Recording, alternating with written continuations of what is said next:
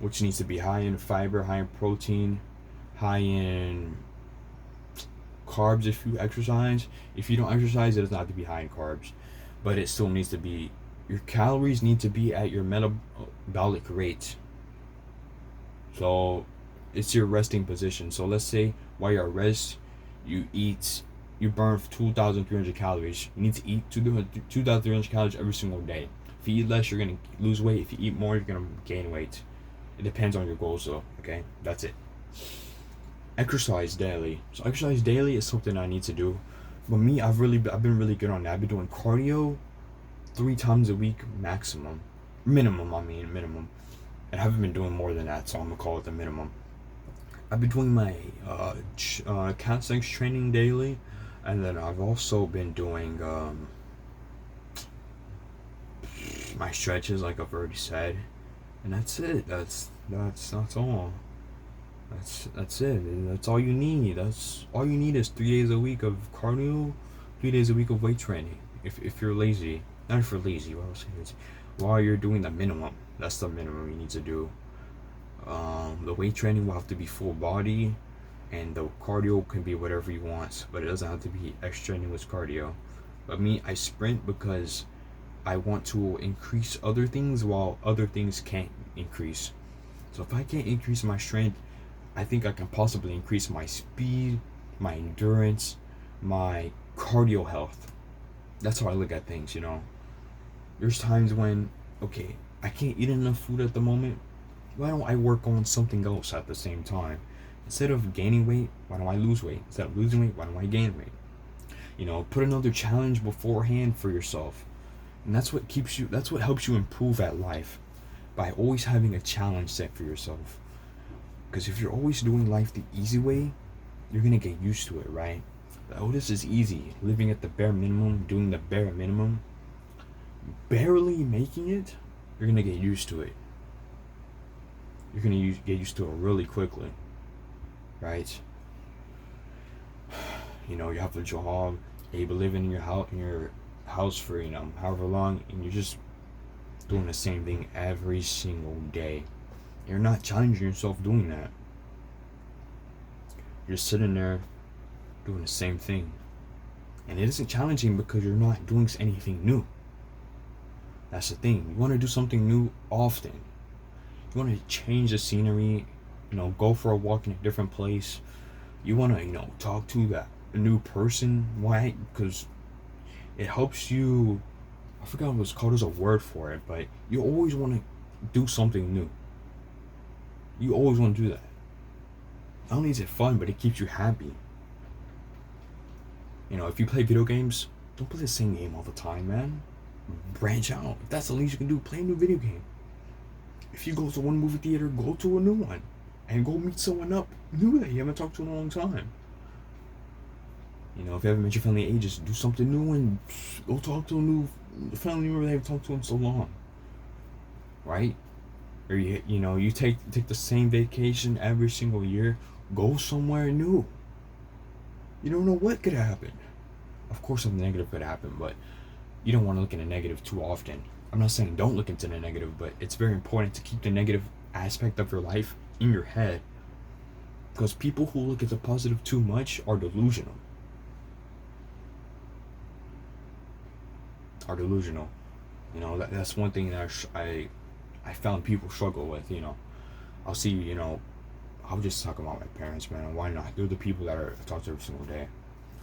Basically, my parents, they would think about the positive 99.9% of the time, right? And they have no doubt for anything, right? There's no doubt in their minds. That's unhealthy. Doubts is what keeps us safe, right? In the primitive times, what kept us safe wasn't, oh, I'm positive, 100% positive. If I go in that cave, I'm gonna find food. No, doubt is what saved you from the bear in that cave. You know what I mean? Or doubt is what prepared you for the bear in that cave. You're not gonna go blind and going, I'm gonna destroy whatever's in there, or I bet nothing's in there. I bet nothing is in that cave right there. Super dark, scary red eyes I even see. No, I'm gonna be fine and I'm gonna go in there, grab the food in there, and I'm gonna leave and I'm gonna feed the whole tribe. No. You just died, kid. You just died. You just died. What's gonna save you is you doubting that there's food in there. Whether or not there's food in there, you need to doubt it. Why? Because you don't know. You know there's dangerous things out in the world. You can't just say, oh, for sure I'm going to get into college. For sure I'm going to get that good job. And I'm going to live the best life I can. Well, have you thought it out and doubted yourself if that didn't work out, or if maybe a small thing changed and you had to go a different direction? I'm not saying you should have a plan B. You should go all out, but you can't just be like 100% I'm a win. Like 100% I'm going to get what I want, or 100% this is going to happen, when you're still skeptical. Like in your head you should be skeptical, but you're not because you trained yourself not to be. That's stupid. I think that's stupid. Now there's entrepreneurs that they're like, go 100%. You're going to be 100% confident in yourself. They're right. You should be 100% confident in yourself. But doubt saves people. Doubt isn't bad. Being negative isn't bad either. I'm always told I'm always negative. Being negative isn't bad, okay? Alright. Next thing. It's gonna be like a 40-minute video, bro. I don't even care. I'm gonna upload it. Okay, next thing. I'm about to think about this one. I've already thought about it. So, a day ago, I was thinking about... Okay, I'm about to change it up a little bit. I don't want to talk about that. I was thinking about what can keep you focused during the day, because I had tests. I was thinking, what is the key to focus?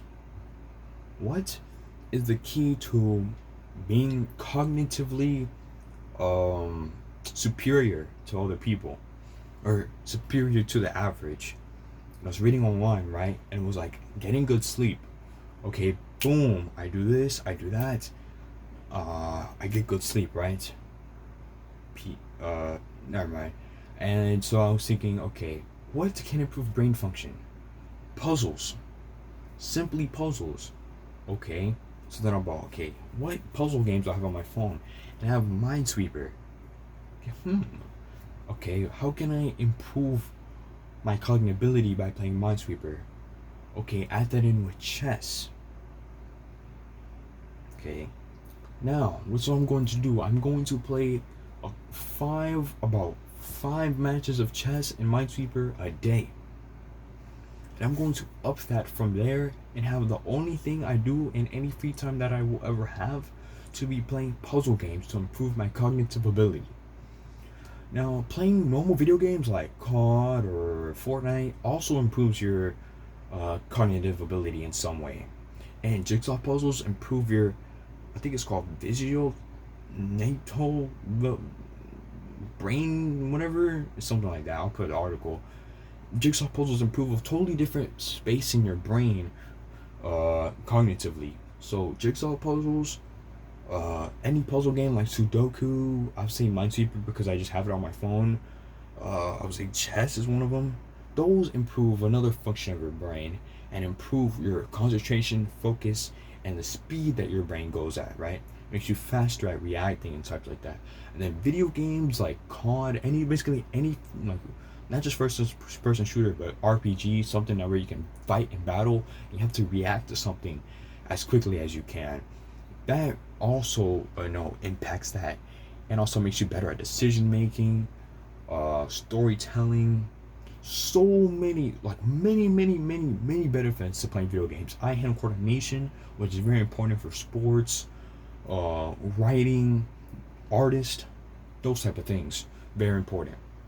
So I would say that I've already had video games in my life. I just need to up the good video games and lower the bad video games, or lower the free time video games that I don't necessarily need, even though they're not that high. But yeah, that's another thing I thought about. Cognitive ability. How do I improve that?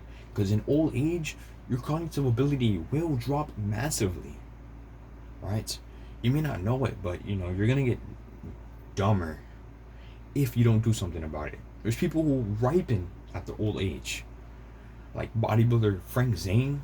He is now, you know, he now studies religion and spirituality, and he still experiments with exercise and tries to create his own theories upon it. And he reads about so much stuff that you couldn't even understand. And he's only gotten smarter with age. He has so many degrees. He used to teach at famous college. He's insane, man. Now he's 80. You know, he doesn't look like Mr. Olympia anymore, but definitely was Mr. Olympia, or is Mr. Yeah, it was. Yeah, but man, he's really awesome. Next thing would be I'm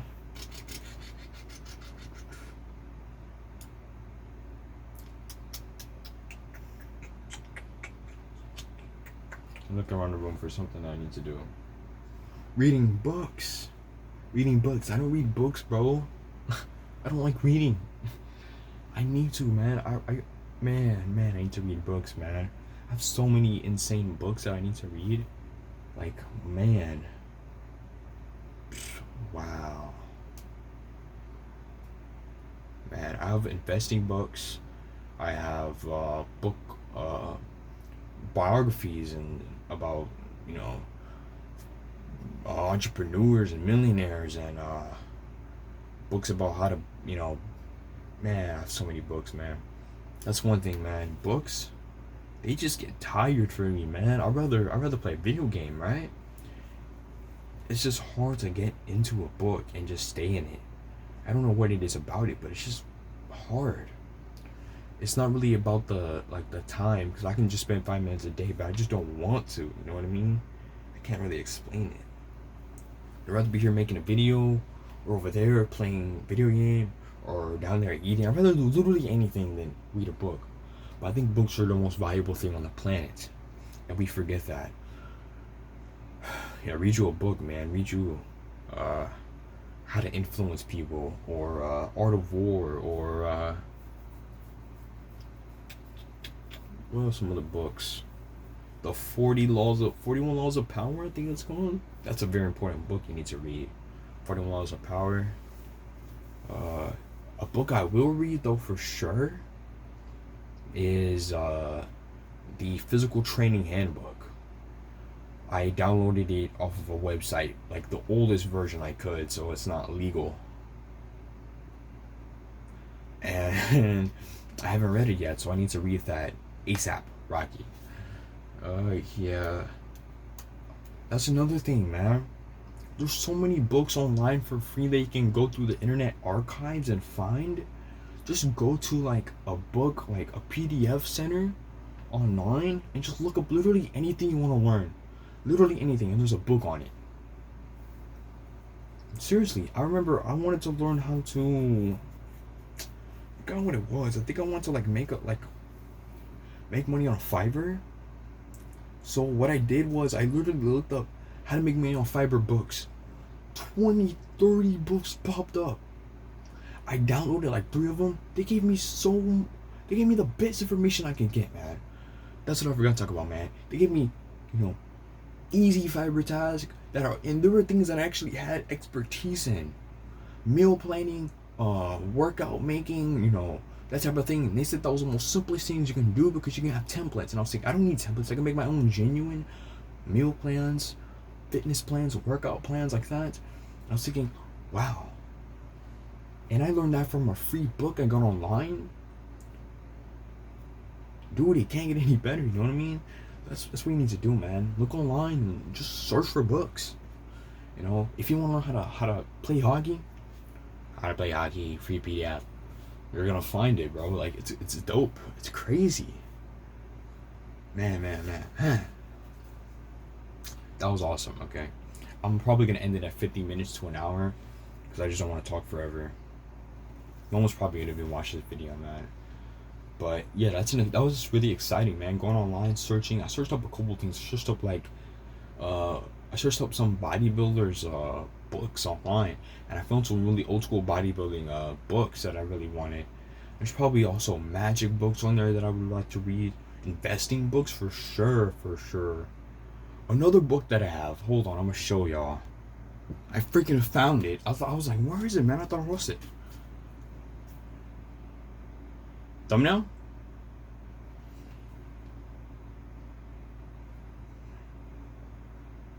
That was so cringe. Okay. This is the one of the best investing books ever created. Ever published. Okay?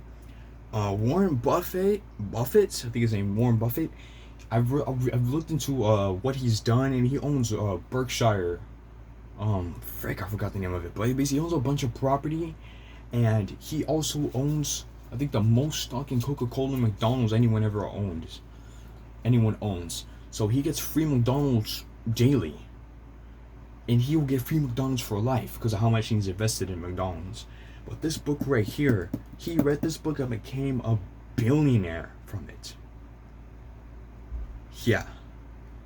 And it teaches you everything you need to know about investing.